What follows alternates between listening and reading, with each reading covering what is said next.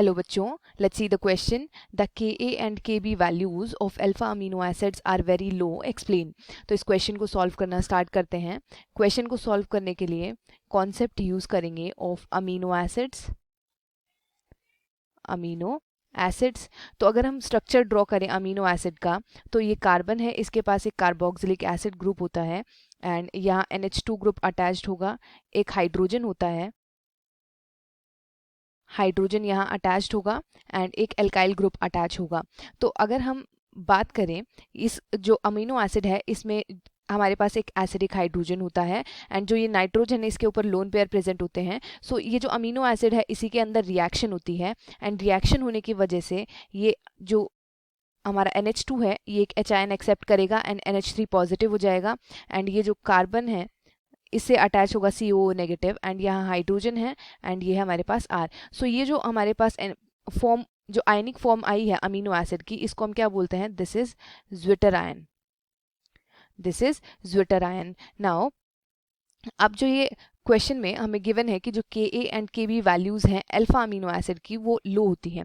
तो जनरली जो amino acid है वो ज्विटर आयनिक फॉर्म में एग्जिस्ट करता है एंड Ka क्या होता है? It is acid dissociation constant, acidic dissociation constant and Kb क्या होता है? It is basic dissociation constant, base dissociation constant और we can say basic dissociation constant.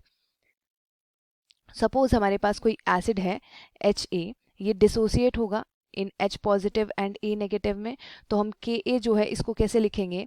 Ka will be concentration of H positive and concentration of A negative divided by concentration of Ha. तो अगर हमारा acid strong होगा तो ये ions हमें easily मिल जाएंगे and अगर ये आयंस हमें इजीली मिल जाएंगे तो जो Ka की वैल्यू है ये ज़्यादा होगी. लेकिन अगर हम बात करें अमीनो एसिड की, तो अमीनो एसिड में क्या होता है कि जो एसिड है, एसिड क्या करता है? अगर हम इलेक्ट्रॉन्स के H आयन के टर्म्स में बात करते हैं तो एसिड क्या करेगा? H आयन देगा. एंड अगर हम बेस की बात करें तो बेस क्या करता है? इलेक्ट्रॉन्स के टर्म में बेस क्या करता है? अपने इलेक्ट्रॉन्स को डोनेट करता है. तो अगर हम ज्विटर आयन फॉर्म की बात करें तो ये जो COO नेगेटिव है इसमें ये कुछ ऐसे है COO नेगेटिव. ये जो नेगेटिव चार्ज है ये स्टेबलाइज है, ये रेजोनेंस की वजह से ये नेगेटिव चार्ज यहाँ जाएगा एंड ये डबल बॉन्ड इस ऑक्सीजन के ऊपर जाएगा. दैट मीन्स ये ऑक्सीजन के ऊपर जो नेगेटिव चार्ज है ये स्टेबलाइज्ड है. किसकी वजह से? रेजोनेंस की वजह से. अगर ये नेगेटिव चार्ज क्या होता है? इलेक्ट्रॉन्स होते हैं हमारे एंड ये इलेक्ट्रॉन्स अगर ये डोनेट कर देगा तो ये अच्छा बेस होता.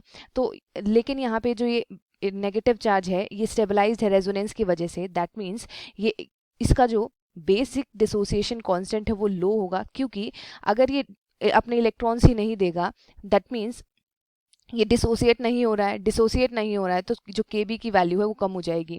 एंड अगर हम बात करें NH3 पॉजिटिव की, तो जो नाइट्रोजन है इसके पास ये हाइड्रोजन अटैच्ड है, ये हाइड्रोजन है एंड यहाँ पॉजिटिव चार्ज है. तो अगर ये अपना H आयन एक और H आयन दे देगा तो इसके ऊपर दो पॉजिटिव चार्ज हो जाएंगे. दैट मीन्स ये स्टेबल नहीं होगा, क्योंकि नाइट्रोजन क्या होता है? हाईली इलेक्ट्रोनेगेटिव होता है. सबसे पहले फ्लोरीन होता है, फिर ऑक्सीजन होता है एंड फिर नाइट्रोजन होता है. तो नाइट्रोजन के ऊपर दो पॉजिटिव चार्ज एग्जिस्ट नहीं करेगा, जिसकी वजह से ये भी डिसोसिएट नहीं होगा. एंड अगर हमें पता है कि अगर हमें आयंस ही नहीं मिलेंगे तो जो Ka की वैल्यू है वो कम हो जाएगी. तो हमारे पास ये एसिड भी नहीं अपने H आयन दे रहा है एंड ये जो बेस का जो ये आयन था हमारे पास में जिसके ऊपर नेगेटिव चार्ज थे ये भी अपने इलेक्ट्रॉन्स नहीं दे रहा है. दैट मीन्स Kb की वैल्यू एंड Ka की वैल्यू दोनों ही हमारे पास कम हो जाएंगी, क्योंकि हमारे पास जो ज्विटर आयनिक फॉर्म होती है अमीनो एसिड की, इसमें जो नेगेटिव चार्ज है वो स्टेबलाइज्ड है रेजोनेंस की वजह से.